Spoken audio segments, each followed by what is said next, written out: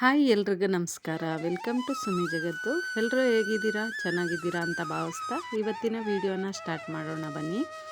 ಹಾಗೆಯೇ ಇವತ್ತು ಮಂಡೇ ಆಗಿರೋದ್ರಿಂದ ಬೆಳಿಗ್ಗೆನೇ ಪೂಜೆ ಎಲ್ಲ ಮುಗಿಸಿ ಬೆಳಿಗ್ಗೆ 7:30ಗೆ ಮಕ್ಕಳು ಹೋಗೋದ್ರಿಂದ ಟಿಫನ್ನು ಕೂಡ ಆಗಿತ್ತು. ಹಾಗೆ ಇವಾಗ ಎಕ್ಸಾಮ್ ಇರೋದ್ರಿಂದ ಮಧ್ಯಾಹ್ನನೇ ಬಂದುಬಿಡ್ತಾರೆ. ಅವರಿಗೆ ಅಡುಗೆನೂ ಕೂಡ ರೆಡಿ ಮಾಡಬೇಕಿತ್ತು. ಬನ್ನಿ ಇವತ್ತಿನ ದಿನ ಹೇಗಿತ್ತು ಅಂತ ನೋಡ್ಕೊಂಬರೋಣ. ಬೆಳಿಗ್ಗೆನೇ ಬೇಗ ಎದ್ದು ನೆಲ ಬಾಗಿಲು ಎಲ್ಲ ಒರೆಸಿ ಸ್ನಾನ ಕೂಡ ಆಗಿತ್ತು. ಹಾಗೆಯೇ ತುಳಸಿ ಕಟ್ಟೆ ಹತ್ರ ರಂಗೋಲಿ ಹಾಕ್ಕೊತಾ ಇದ್ದೆ. ತುಳಸಿ ಕಟ್ಟೆ ಹತ್ರ ಈ ರೀತಿ ಚಿಕ್ಕದಾಗಿ ರಂಗೋಲಿ ಹಾಕೋದು ಅಂದರೆ ನನಗೆ ತುಂಬ ಇಷ್ಟ. ತುಳಸಿ ಕಟ್ಟೆ ಹತ್ರ ಹಾಕೋ ರಂಗೋಲಿಗಳನ್ನ ಚಿಕ್ಕ ರಂಗೋಲಿಗಳನ್ನ ಶಾರ್ಟ್ಸಲ್ಲಿ ಅಪ್ಲೋಡ್ ಮಾಡಿದ್ದೀನಿ. ಬೇಕಿದ್ದರೆ ನೀವು ಪ್ಲೇಲಿಸ್ಟಲ್ಲಿ ಚೆಕ್ ಮಾಡಿದರೆ ಸಿಗುತ್ತೆ. ತುಳಸಿ ಕಟ್ಟೆ ರಂಗೋಲಿ ಅಂತಲೇ ಒಂದು ಪ್ಲೇಲಿಸ್ಟ್ ಮಾಡಿ ಅಪ್ಲೋಡ್ ಮಾಡಿದ್ದೀನಿ. ಹಾಗೆಯೇ ಹೊಸ್ಲಿಗೂ ಕೂಡ ರಂಗೋಲಿ ಎಲ್ಲ ಹಾಕ್ಕೊಂಡಿದ್ದೆ. ಬೆಳಗ್ಗೆನೇ ಪೂಜೆ ಎಲ್ಲ ಆಗಿತ್ತು.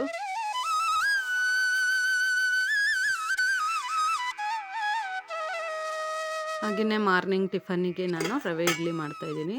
ರಾತ್ರಿಯೇ ರವೆಗೆ ಸ್ವಲ್ಪ ಒಗ್ಗರಣೆ ಹಾಕಿ ಇಟ್ಟಿದ್ದೆ. ಅದನ್ನು ಬೆಳಗ್ಗೆ ಎದ್ದು ಮೊಸರು ಕಲಸಿಟ್ಟಿದ್ದೆ. 1 ಅವರು ಮೊಸರು ಕಲಸಿಟ್ಟಾದಮೇಲೆ ಇಡ್ಲಿನ ಮಾಡ್ತಾಯಿದ್ದೀನಿ. ರವೆ ಇಡ್ಲಿ ಅಂತೂ ತುಂಬ ಚೆನ್ನಾಗಿ ಬಂದಿತ್ತು. ನಿಮಗೆ ಬೇಕಿದ್ದರೆ ನೆಕ್ಸ್ಟ್ ವೀಡಿಯೋಗಳಲ್ಲಿ ರವೆ ಇಡ್ಲಿ ಮಾಡೋದು ರೆಸಿಪಿನ ಅಪ್ಲೋಡ್ ಮಾಡ್ತೀನಿ. ಹಾಗೆಯೇ ನಾನಿಲ್ಲಿ ಚಟ್ನಿ ಕೂಡ ಮಾಡ್ಕೊತಾ ಇದ್ದೆ. 3 ಸ್ಪೂನಷ್ಟು ತೆಂಗಿನಕಾಯಿನ ಹಾಕ್ಕೊಂಡಿದ್ದೀನಿ. ಹಾಗೆ 4-5 ಮೆಣಸಿನ್ಕಾಯಿನ ಫ್ರೈ ಮಾಡಿ ಹಾಕ್ಕೊಂಡಿದ್ದೀನಿ. ಕಡಲೆ ಬೀಜನೂ ಕೂಡ ಹುರ್ಕೊಂಡು ಹಾಕ್ಕೊತಾ ಇದ್ದೀನಿ. 3 ಸ್ಪೂನಷ್ಟು ಕಡಲೆ ಬೀಜ, 2 ಸ್ಪೂನಷ್ಟು ಕಡಲೆ, ಹಾಗೆಯೇ ರುಚಿಗೆ ತಕ್ಕಷ್ಟು ಉಪ್ಪು, 1 ಬೆಳ್ಳುಳ್ಳಿನ ಬಿಡಿಸಿ ಹಾಕ್ಕೊಂಡಿದ್ದೀನಿ. ಹಾಗೆ ಕೊತ್ತಂಬರಿ ಸೊಪ್ಪನ್ನು ಕೂಡ ಹಾಕ್ಕೊಂಡು ಗ್ರೈಂಡ್ ಮಾಡ್ಕೊಂಡಿದ್ದೀನಿ. ಚಟ್ನಿ ರೆಡಿ ಆಯಿತು. ಇವಾಗ ಇಡ್ಲಿನ ಬೇಯಕ್ಕಿಟ್ಟಿದ್ದೀನಿ. ಇಡ್ಲಿ ಕೂಡ ಬೆಂದಿದೆ, ನೋಡ್ಬೋದು. ತುಂಬ ಚೆನ್ನಾಗಿ ಬಂದಿತ್ತು ಇಡ್ಲಿ ಅಂತೂ. ರವೆ ಇಡ್ಲಿ ಇನ್ಸ್ಟೆಂಟಾಗಿ ಮಾಡ್ಕೋಬೇಕು ಅಂದರೆ, ಮತ್ತು ಯಾರಿಗಾದರೂ ಹುಷಾರಿಲ್ಲದೆ ಇದ್ದಾಗ, ಜ್ವರ ಬಂದಾಗ ಬೇಗ ಮಾಡ್ಕೋಬೇಕು ಅಂದರೆ ತುಂಬ ಚೆನ್ನಾಗಿದೆ ಈ ರೆಸಿಪಿ ಅಂತೂ. ನೆಕ್ಸ್ಟ್ ವೀಡಿಯೋದಲ್ಲಿ ಅಪ್ಲೋಡ್ ಮಾಡ್ತೀನಿ ನಾನು ಇದನ್ನು.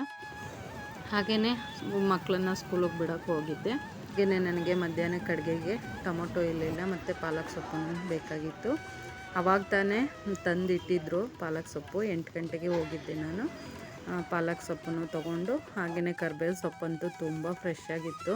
ನೋಡ್ತಾ ಇದ್ದರೆ ತೊಗೋಬೇಕು ಅನ್ನಿಸ್ತು. ಹಾಗೆಯೇ ಅದನ್ನು ತೊಗೊಂಡು ಮನೆಗೆ ಬಂದು ಅದನ್ನೆಲ್ಲ ಕ್ಲೀನ್ ಮಾಡಿಕೊಂಡೆ. ಪಾಲಕ್ ಸೊಪ್ಪಂತೂ ತುಂಬ ಚೆನ್ನಾಗಿತ್ತು.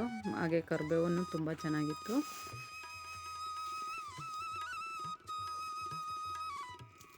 ಪಾಲಕ್ ಸೊಪ್ಪನ್ನೆಲ್ಲ ನೀಟಾಗಿ ಕ್ಲೀನ್ ಮಾಡಿ ಎತ್ತಿಟ್ಕೊಂಡೆ. ಹಾಗೆಯೇ ಕರಿಬೇವನ್ನ ನಾನು ಈ ರೀತಿ 1 ತಿಂಗಳಿಗಾಗಷ್ಟು ಒಂದೇ ಸಲ ತಂದು ನೀಟಾಗಿ ವಾಶ್ ಮಾಡಿ ಬಿಸಿಲಲ್ಲಿ ಒಣಗಿಸಿ ಬಾಕ್ಸಲ್ಲಿ ಹಾಕಿ ಇಟ್ಕೊಂಡ್ಬಿಡ್ತೀನಿ. ಹಸಿದಿರೋವರೆಗೂ ಸ್ವಲ್ಪ ಎತ್ತಿಟ್ಕೊಂಡು ಹಸಿದು ಯೂಸ್ ಮಾಡ್ತೀನಿ.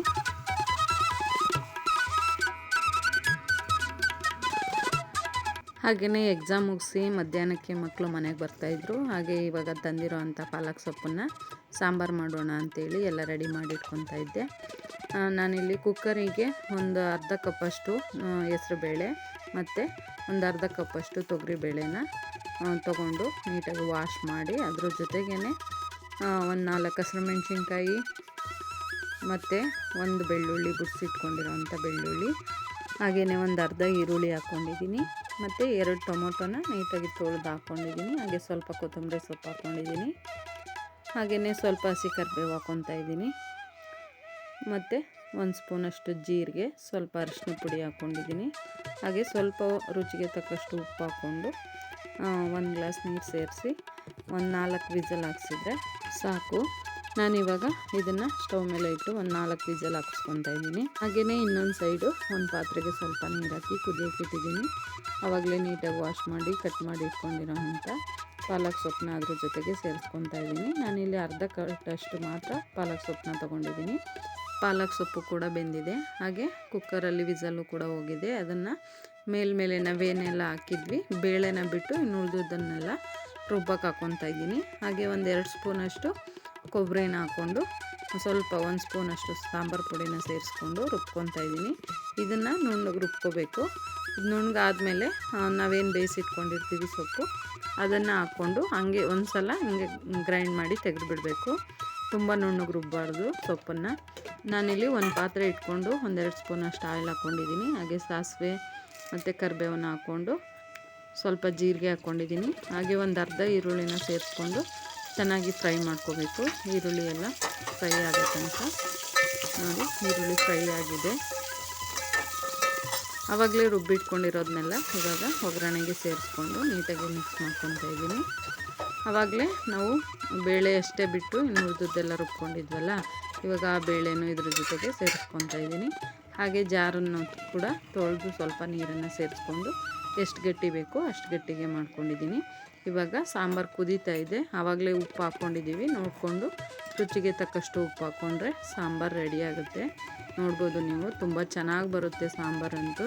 ರೈಸ್ ಜೊತೆಗೆ ಮುದ್ದೆ ಜೊತೆಗಂತೂ ತುಂಬ ಚೆನ್ನಾಗಿರುತ್ತೆ. ನಾನಿಲ್ಲಿ ರೈಸ್ ಜೊತೆಗೆ ಸರ್ವ್ ಮಾಡ್ತಾಯಿದ್ದೀನಿ.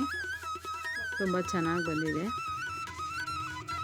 ಮಧ್ಯಾಹ್ನ ಊಟಕ್ಕೆ ಅನ್ನ ಮತ್ತು ಪಾಲಕ್ ಸೊಪ್ಪು ಸಾಂಬಾರನ್ನ ಮಾಡ್ಕೊಂಡಿದ್ದೆ. ತುಂಬ ಚೆನ್ನಾಗಾಗಿತ್ತು. ಹಾಗೆಯೇ ಸಾಯಂಕಾಲ ಆದಂಗೆ ತುಂಬ ಮಳೆ ಮೋಡ ಆಗಿತ್ತು. ಒಂದೆರಡು ಕಪ್ ಟೀ ಮಾಡಿಕೊಂಡು ಕುಡ್ದಿದ್ದಾಯಿತು.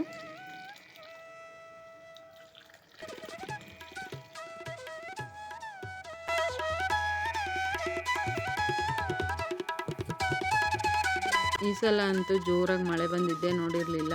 ಇವತ್ತು ತುಂಬ ಜೋರಾಗಿ ಮಳೆ ಬರ್ತಾಯಿತ್ತು.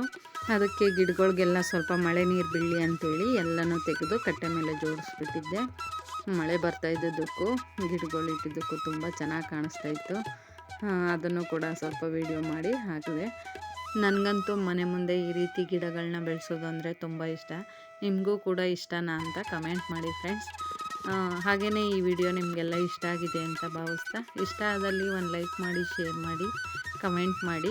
ಹಾಗೆ ಯಾರೆಲ್ಲ ನಮ್ಮ ವಿಡಿಯೋನ ಫಸ್ಟ್ ಟೈಮ್ ನೋಡ್ತಾ ಇದ್ದೀರಾ ಪ್ಲೀಸ್ ಸಬ್ಸ್ಕ್ರೈಬ್ ಮಾಡ್ಕೊಂಡು ನೋಡಿ ಫ್ರೆಂಡ್ಸ್. ಹಾಗೆ ಪಕ್ಕದಲ್ಲಿರೋ ಬೆಲ್ಲೈಕನನ್ನು ಕೂಡ ಕ್ಲಿಕ್ ಮಾಡಿ ನಮ್ಮ ಚಾನಲ್ಗೆ ಹೀಗೆ ಸಪೋರ್ಟ್ ಮಾಡ್ತೀರಿ ಅಂತ ಹೇಳ್ತಾ ಇವತ್ತಿನ ವಿಡಿಯೋನ ಮುಗಿಸ್ತಾ ಇದ್ದೀನಿ ಫ್ರೆಂಡ್ಸ್. ಎಲ್ರಿಗೂ ಥ್ಯಾಂಕ್ ಯು.